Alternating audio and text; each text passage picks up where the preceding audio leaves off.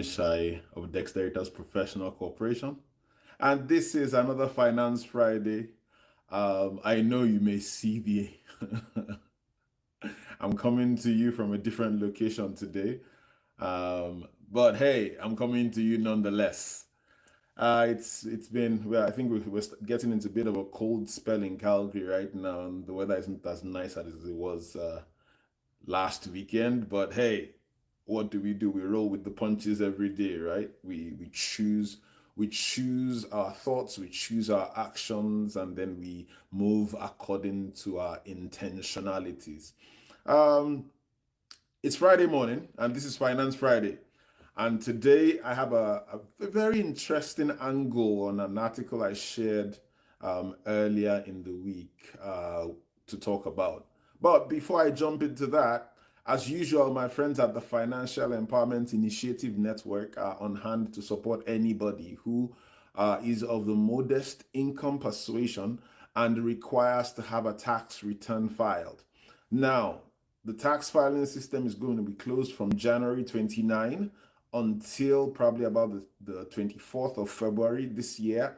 However, if you have a historical tax return that needs to be filed urgently and you are of the modest income persuasion, you can still send an email to operations@thefei.ca. That is operations, one word, at thefei.ca. And somebody's going to come back to you and say, hey, show up on this link at this time on this date with your documents, and we will be happy to help you have those tax returns filed so that you can access the government, the benefits that are due to you from the government of Canada.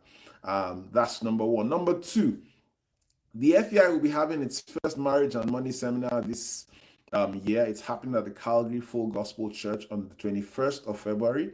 It's a Saturday mid-morning, 11 a.m. to 4 p.m. type arrangement.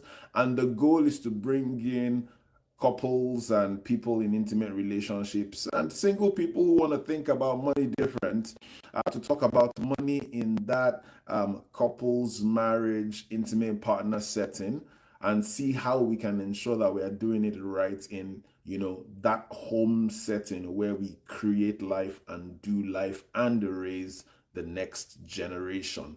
So that's that. Number two, Startup Court is having webinar 7 of the Launchpad series tonight. Last night I had a conversation with Mr. Ebenezer Mensah, and he's ready. We're gonna be live on Zoom together 6 p.m. today. And today we are talking fundraising and capital management. And if you know Ebenezer, definitely he's a guy to talk to for that kind of thing. So tonight at 6 p.m. we'll be on Zoom. If you want to get that link, go to community.startupcourt.com, sign up there, and then you'll be able to pick the event link right on the events tab on our community page online. So that's what I have for you as far as announcements are concerned. What am I talking about today? You may have noticed that this year I haven't taken a dive straight into tax planning like I did through most of last year, and that's intentional. The reason is because tax planning is just one part of that wealth building equation. It's an important part nonetheless, but it's just one part. So this year I'm taking a more broad-based approach, and we are starting to talk about mindset. So the last 2 sessions we've spoken about how you think about things, and we're going to take that forward a bit more. So if you're thinking tax planning, how do I save on my taxes for this year? Go to my YouTube channel and check out some of the videos that I put up there regarding tax planning. There are at least 20 to 30 of those speaking to specific matters like donations, like medical expenses, like tuition, like childcare costs, all those, like running a sole proprietorship versus a corporation, dividends, how to pay yourself, all those topics are covered, and that information is still very relevant. So you can go take a look there. And if you have a question for me, you can send me a DM here on LinkedIn or on any of the other platforms from which I am streaming, and I will respond to you. Now, if you think we need to have a conversation, then just book a consultation at talktome.dexteritas.ca. That's one word, talktome.dexteritas.ca. Now, today I'm going to be talking about chores. You're wondering why chores? What has chores got to do with wealth building? Well, the reason is simple.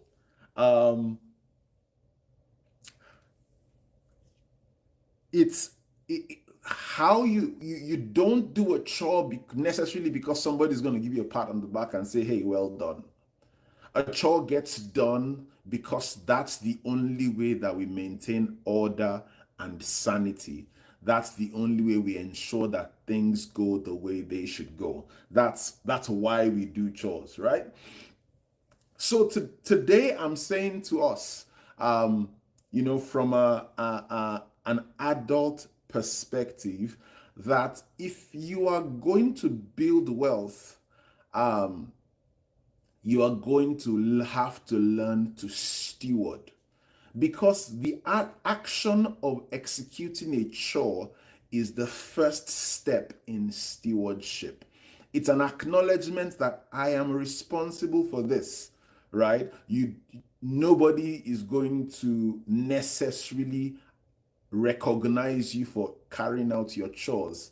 But when those chores are done, then there is a part of the family's life that goes as it should, that ensures continuity. Now, wealth building is more about continuity than income.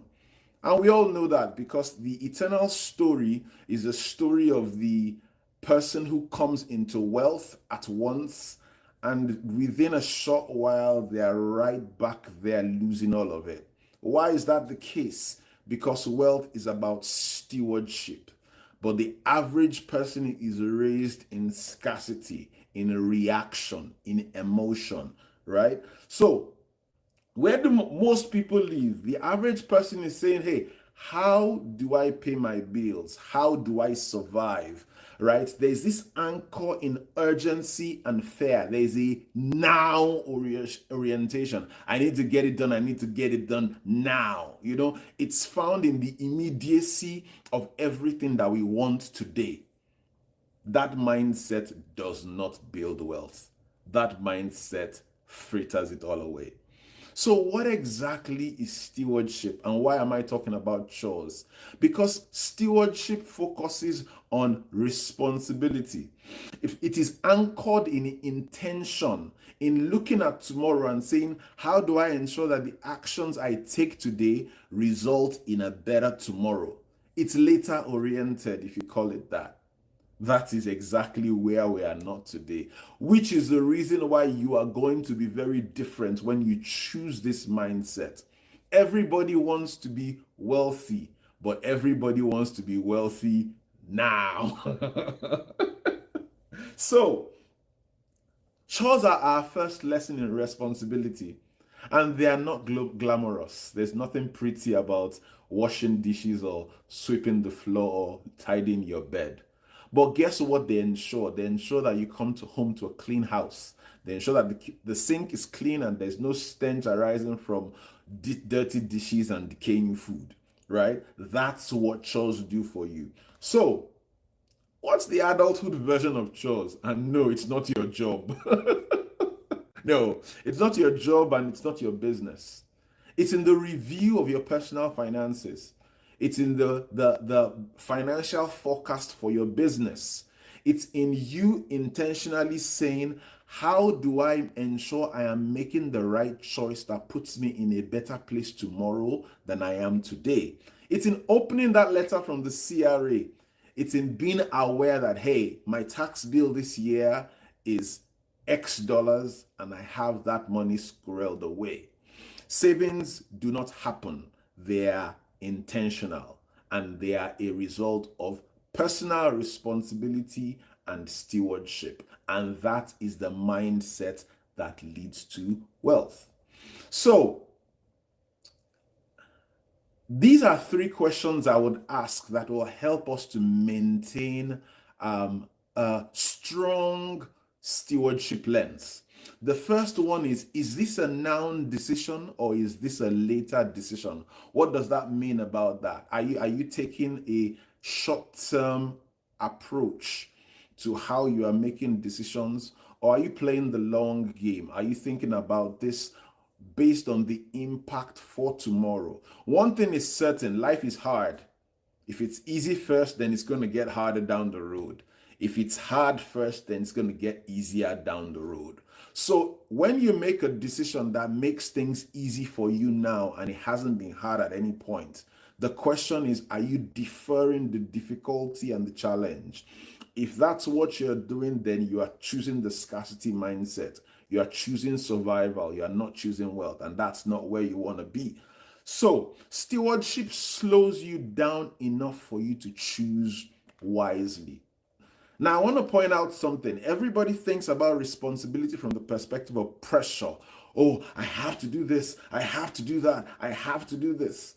But think about it this way. If you flip that thought pattern on its head, the pressure really doesn't come from what you have to do. The pressure comes from postponing what you have to do.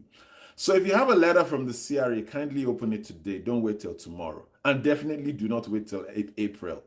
If you think you need to have a plan for your taxes, I can tell you for free that it's already late. However, it's better in January than in April because you still have January and February to do something about RRSPs towards your taxes. That opportunity is lost once we get to April.